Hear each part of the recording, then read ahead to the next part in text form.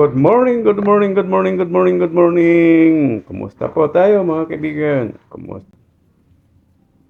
Kumusta po tayo mga kaibigan? Sana po ay nasa mabuti tayong kalagayan at mga kaibigan. Panibagong araw, panibagong vlog mga kaibigan. Ito po ay share ko lang po sa inyo doon po sa mga mayroong hanap buhay ng Bindo Coffee Machine. At ito mga kaibigan, at mayroon lang nagre-request nito. At kung paano po mag-assemble itong lagayan po ng ating uh, ito, lagayan po ng ating kape.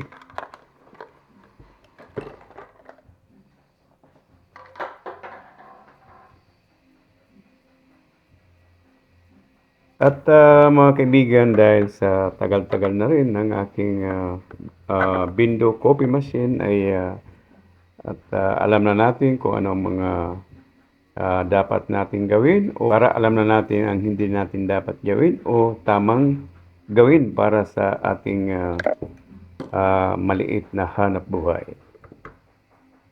At mga kaibigan, at ngayon ay share ko po sa inyo paano po mag-assemble. Ay ito po yung mga nasa loob ng itong ano natin, itong box ng ating lagayan ng mga powder. Yan baka mangyari sa inyo yan at maputulan kayo ng spring ay ito. Mayroong dahilan kung bakit tayo napuputulan ng spring. Kaya kung mayroong, kaya mga kaibigan, para maiwasan nyo po, katulad dito nangyari sa akin, naputulan ng ganito, ay napakamahal pa naman ng isang ganito.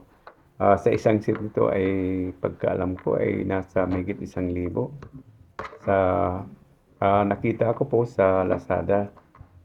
At ayun nga, at pinagtsatsagaan ko pa ito dahil tatlo naman ito mga kaibigan ang nilalagay ko lang.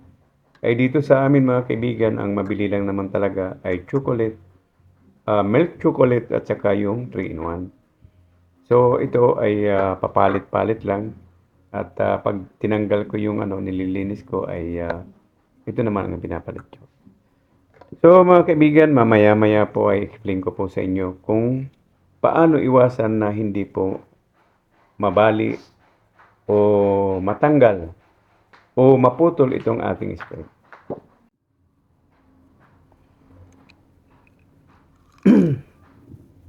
Ganito lang mga kaibigan at ito sundan nyo lang po ako. At ito yung natin at ang tawag nito ay parang roller siya na para lumabas yung powder at ipasok dito. Ayan. At saka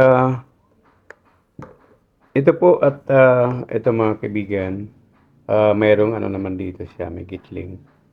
Lagay dito at dito may gitling din. Yan. Lagay mo dyan. Tapos, saraduhan mo. Yan. Pag okay na siya dito, tapos ilak natin. Yan. Okay. Okay, konting higpit lang. Yan. Pag hindi na natanggal, ibig sabihin yan, okay na po. Sa kabila naman, ito. Ganon din mga kaibigan, hindi kayo magkakamali. Ayan, ito yung niya dito. Ito yung pinaka, may dito, may guhit, may butas dyan. Ayan. Ayan. Saka ito yung pinaka, tapos pagtapat nyo lang, tapos saraduhan. Ayan. Okay. Higpit, tapos ito dito. Ayan. Huwag nyo igaganyan. Habang wala pang laman, taas lang nyo lang. Habang wala po pong laman, ay nakataas lang muna dito. Ganyan po. Okay. Tapos ito mga kaibigan, para hindi natutumba, ito lang dito. Okay. Yan naman po, yan merong siya dito umuusli. Ay para doon sa dito siya. Yan. Dito siya. Tapos ito, ang paglagay naman dito mga kaibigan, gaganon nyo lang. O kaya, yan. Lapag lang dito sa, ilagay lang sa may butas na isa. Yan. Yan kung nakikita. Ayan po. Yan dito. Tsaka magkabila naman. Medyo may iba niyan, may katigasan labi. Lalo na po sa bago. At yun. Medyo gaganyan nyo lang. Okay. At okay na po tayo sa ating pag-assemble. At ngayon naman mga kaibigan, at ipaliwanag ko kung bakit po napuputol ang spring. Kasi mga kaibigan, dati talaga ay yung hindi pa po, dati kasi mga kaibigan, yung wala pa akong kalaban dito sa, ito yung ano natin, konting hanap buhay na bindo, coffee, ay malakas po at linalagyan ko po ito ng 1 kilo. Eh ngayon, ito po ay, ito kita nyo naman, ay 500 grams lang, ay kalahating kilo po. Dati ay bumibili ako ng, kasi ito, minsan isang araw, ubos ito kagad. So, mga kaibigan, bumili ako ng tagi 1 kilo, nilalagay ko lahat at umaabot hanggang dito. Halos mapuno na po siya. So, ang nangyayari mga kaibigan, at para maiwasan natin na maputol ang spring, eh wag nating gawin yung ginawa ko na tag 1 kilo po ang nilalagay ko dahil pag naguhulog po, ang ating customer ay siyempre bukod dun sa nahihirapan siyang umikot at pati rin po ito ay nahihirapan siyang umiikot ay doon po natulad niya no, yan. Makikita niyo mga kaibigan yan po. Iniikot ko siya parang ganoon pag may naguhulog, umiikot yung spring, ayan po. So, ayan, kita niyo naman. So, ang nangyayari mga kaibigan dahil nga puno po yung powder ang ating box, ay nahihirapan pong umikot ang ating itong nasa loob yung machine. So, ito dahil puno po yung powder, ay doon po parang hirap na hirap siya, kaya po siya naputol. So ngayon mga kaibigan, at naipaliwanag ko na, mas maganda po ay tagkalahating kilo lang ang ilalagay dito. Kung hindi naman gaanong kalakasan, pwede kalahati lang. Para hindi po magastos sa kuryente, dahil hindi po magastos sa kuryente, isa pa, hindi po nahihirapan yung makina natin, makina ng window machine sa pag-ikot po dahil hindi masyadong puno, hindi masyadong puno yung box na ito. Parang motor lang po mga kaibigan. At siyempre, pag ang motorcycle po ay maraming angkas at hirap po yung makina. Ganun din po dito. Iyan po ang experience ko mga kaibigan. Ang tip ko lang sa inyo, ang kailangan lang talaga ay kailangan lang po talaga sa ating window machine ay palagi pong malinis kasi ito masilan. At hindi po katulad ng iba na pag hindi po nalinis ng isang araw ay nagkakaroon po ng mga langgam o kaya yung itim na langgam. Ito, kita nyo naman po mga kaibigan. Ay lagi ko pong nililinis ito. Siguro sa isang linggo parang general cleaning po. Okay.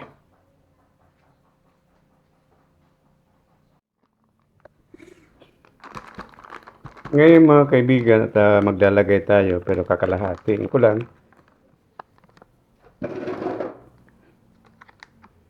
Ganun lang ang gagawin nyo at kung sakaling hindi naman po masyadong mabili yung ano nyo, itong powder ay huwag kayong maglalagay na marami para hindi po tumitigas. Lalo na po yung, yan, kalahati lang po ang nilagay ko. Lalo na po yung sa 3-in-1 ay madali pong tumigas.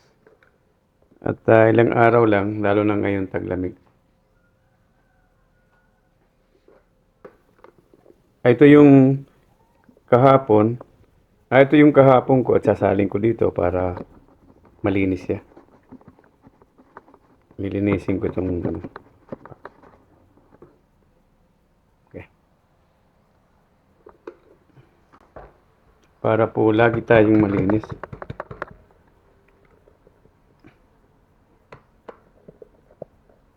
Yan lang po. Yan lang po ang laman. Bali half kilo po ito. Ito, bali half kilo po ang laman nito.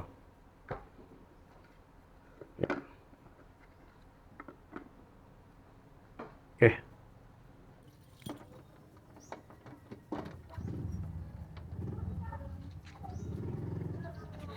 Ito po mga kaibigan at isang linggo po bago ko ito mga kaibigan, isang linggo ay ginagawa ko ay general cleaning at tinatanggal ko na lahat sila.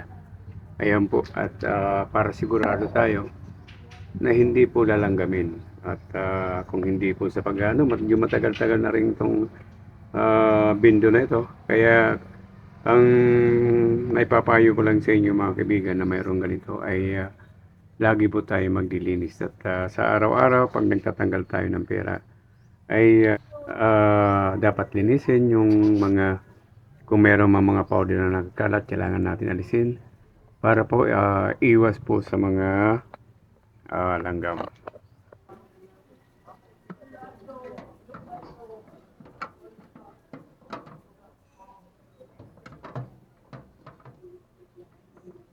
Mga kaibigan, pag naglagay tayo ng ganito ay siguraduhin nyo po na ayan po, ito ay nakapasok dito sa box na ito. Kasi kung minsan at sa pagmamadali ay hindi yun na-check ay hindi pumapasok dito. Kaya pag naghulog ay hindi po lalabas ang ating powder.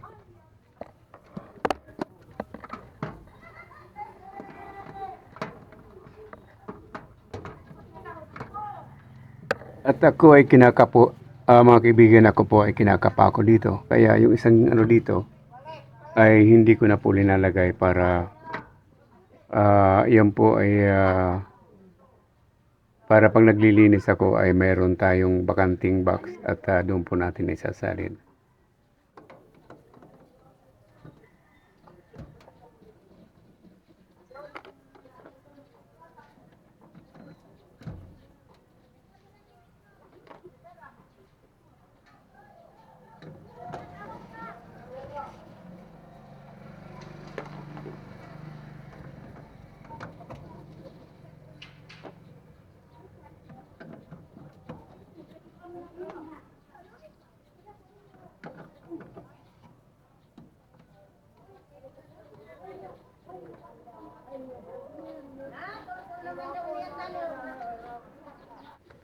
At siya nga pala mga kaibigan at ako po ay naglalagay ng karton dito. At siguro magtatanong kayo kung bakit ito linagyan dito. Mga kaibigan, ito linagyan ko dito para po pag umiikot yung makina natin ay hindi po umaangat to. Kasi kung wala yan, ay posibleng umangat ito pag umiikot. Kaya mas maganda may ganyan.